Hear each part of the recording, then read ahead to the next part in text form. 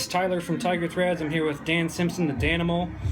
We're here at Rhino Fit Studios, and we are just going to go over some things that are going to hopefully help you be consistent with your goals in this new year. I know we're a few weeks in, and I know for me at least at 24, where I usually train, it's been packed consistently throughout these few weeks, which is cool. A lot of people kind of bitch and moan about the New Year's gym goers, but I think it's really cool to support everyone that's there. I'm not really one to kind of complain about the people that are there. I think more people that are there, it's better for their lives. So absolutely, everybody was a beginner at some point. So what I mean, I don't care if you've been bodybuilding for 20 years, you eventually at one point had your first day. You were that newbie. So not everybody sticks, but those who want to get serious about it, kind of lending that support, and helping them as they want to make their way. For sure. You would want the same respect. Absolutely. So we just wanted to talk about, a lot of people, like I said, New Year's is a big time for the fitness community. A lot of people say, I'm going to get in shape and everything. And one thing we wanted to touch on is why you want to get in shape. What is it going to do for you? Are you doing it for you? Are you doing it for someone else? What are the reasons that you are choosing now to get in shape or to get in show shape or, go after something that you've been wanting to do? What are those reasons? Well, everybody has something leading up, and for whatever reason, the New Year's resolution seems to be a trend. Yeah. But you do have to have your why. Like, what is it that you want to accomplish, and why is that? Is it that there's medical concerns? Is it because maybe just recently you had somebody pass away in your family, and you want to make sure that doesn't happen to you? You want to be there for your kids.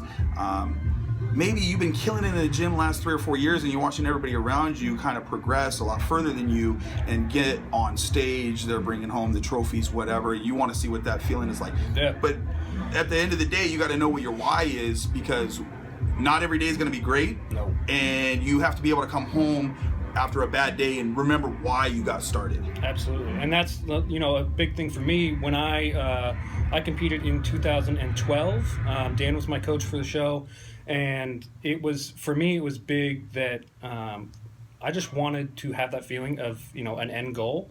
And I had always been really interested in bodybuilding, so that's the reason that I competed. And right now I'm content just training hard and enjoying kind of the lifestyle. So right now competing is kind of like, it's not priority for me, and that's okay. Sure. So many people, they want to have that fit lifestyle. They don't necessarily need to have the photo shoots and whatever. I mean, that's not for everybody. You got to figure out, do you want to be at that low body fat all the time and you're trying to get, say, a pro status and try to achieve certain acclimates? Or are you really just trying to be healthy and be at your personal best? A lot of people that are competitive all through their life, they do sports, whatever, competitively through their life. As an adult, you don't have all those avenues to do sports all the time, so you're like, okay, how can I push myself? Yeah. The great thing about this industry is you can push yourself physically and mentally. But at the same time, I know plenty of people. Lisa Dellin is a great example of a phenomenal looking athlete that doesn't compete. She doesn't even have any desire to, but when you look at her, she could step on stage anytime. Absolutely. So yeah. And I think it's important to remember that just because you don't want to compete or because that doesn't make you a lesser person. That's not, I think a lot of times people get caught up in like, well, I want to compete, but I don't know. It's like, if you don't think you have it in you to do it, that doesn't make you a lesser person. Right.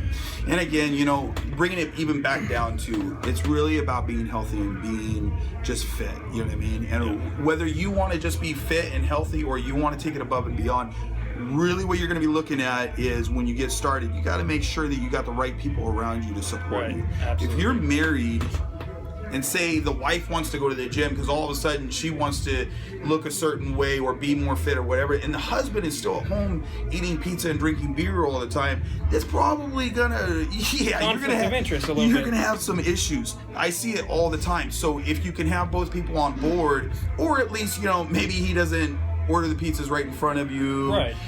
That mutual understanding and respect of like, this is what I want to do. You can do it with me if you want. If not, that's okay too. I have a perfect example of one of my girls. She just kills it all the time. Her husband, however, He's a phenomenal guy, works hard, does all this stuff, but he has no interest in living in the gym. Yeah. But he supports her he always cooks her meals, weighs the stuff out. He plays his role because he respects the efforts that she's putting in. Yeah, absolutely. And I think that's really important to take a look at your surroundings and your supports and where those supportive relationships are and how they're supporting you.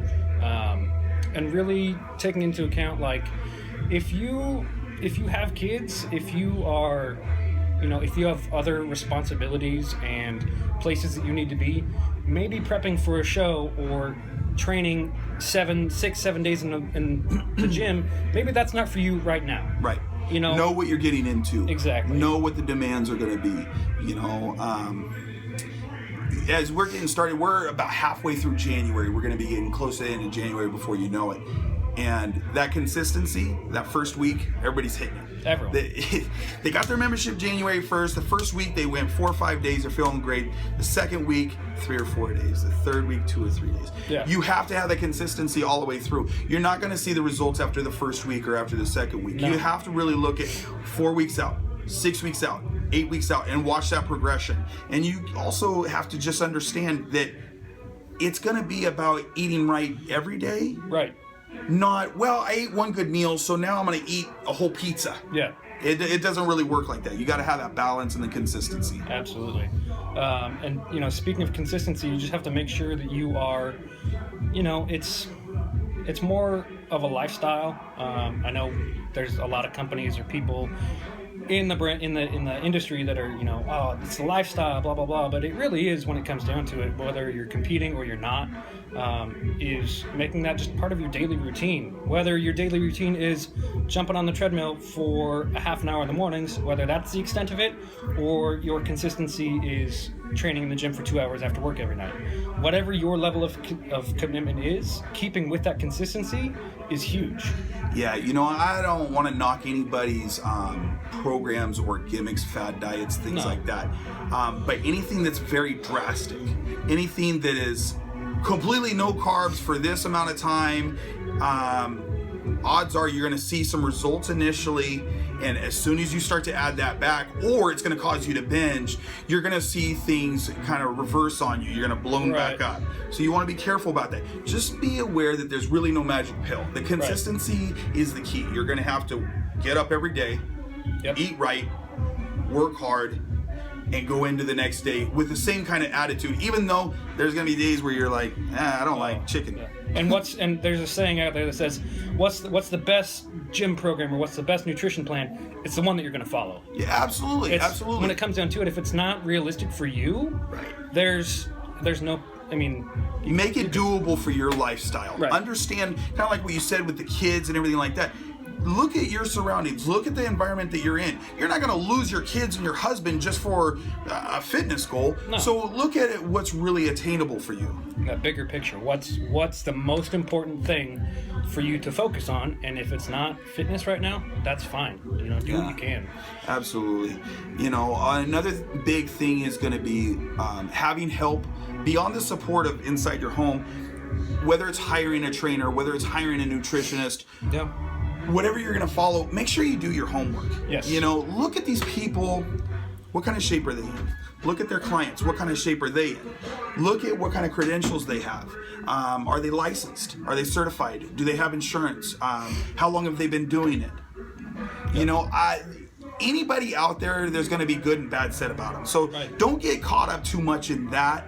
Yeah. But do look at, did they take the time and energy to do their homework and to study the material that they're trying to deliver to you?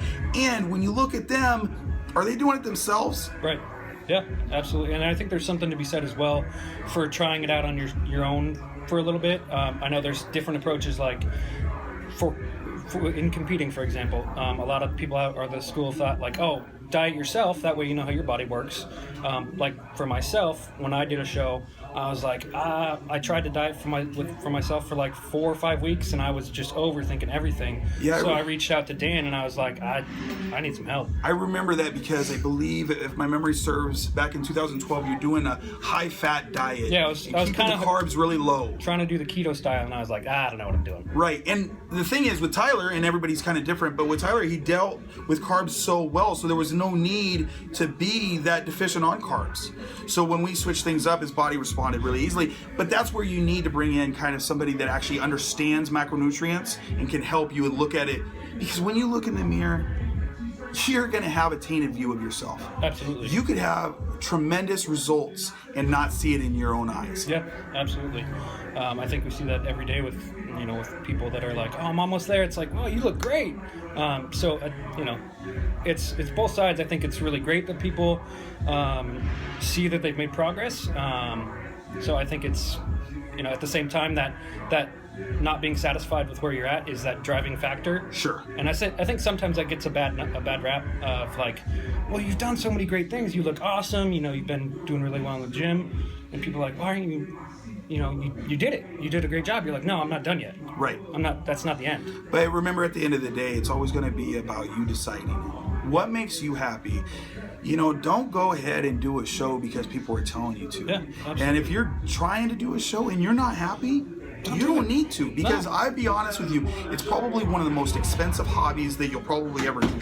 So you better make sure that you love it. Yeah. If you don't, then cardio is going to suck. Yes. Eating chicken, or for some people fish or whatever. Yeah. Eating the same kind of foods, no matter how you season it. Yeah. After 12 weeks, you're going to be over it. So you better love what you're doing. Otherwise, it's just not worth it. Yeah. And when I was doing a prep, and I'm sure most, if not everyone, experiences it. You're going to meet some resistance from your friends and your family members.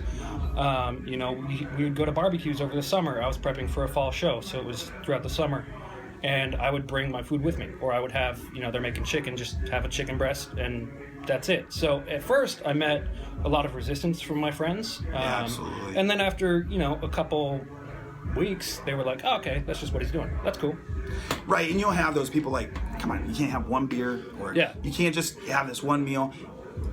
You got to decide what's important to you, and you got to put your trust and faith in the process of whatever you're following and the person that you're working with, and just stick to it. And the people will either follow along or they'll fall aside. The family will adapt to what you're doing, just like you're adapting to what you're doing. And they're gonna, they're either gonna support you, or hopefully they do. And if not, I mean, it's anything in life. You're gonna watch people kind of come and go into your life based on how real they are. Yeah. So do what you're doing based on whatever's gonna make you happy. Whatever, you pay your own bills. You're looking out for your own happiness. You got to live your life, and the people that are real for you are gonna be there, and those who aren't. So you just got to stay focused and don't kind of bend it. It's kind of like when you were kids. You're not gonna do drugs just because somebody peer pressure you into. Don't break your diet just because somebody says, "Oh, come on." Right. So, that's really what it comes down to. Remember, it's about you and your happiness. Yeah, absolutely. So we're going to kind of wrap it up with everything that we've been talking about.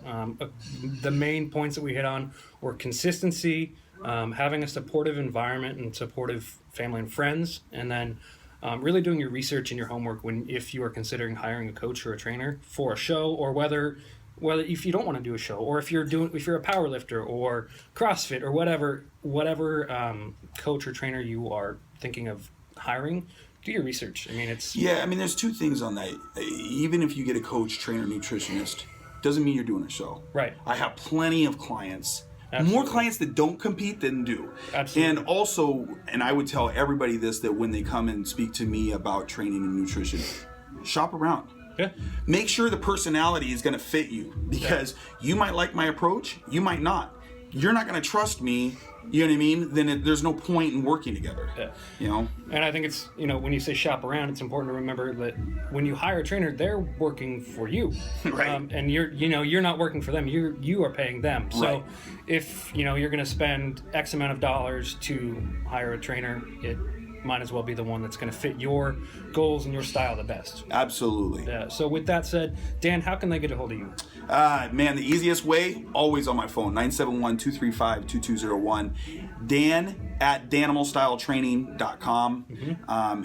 Here at Rhino Fit Studios, right here in Nimbus and Hall by Washington Square. Everybody knows where we are. Yep. You come in here, it's mayhem. Yeah. Whether you're competing or not, everybody's out there just beating it up. Absolutely. And then you can find our brand, Tyger Threads, at www.tygerthreads.com, and on Facebook, Instagram, Twitter, all those things at Tyger Threads. Thank you, guys. Thanks, everyone.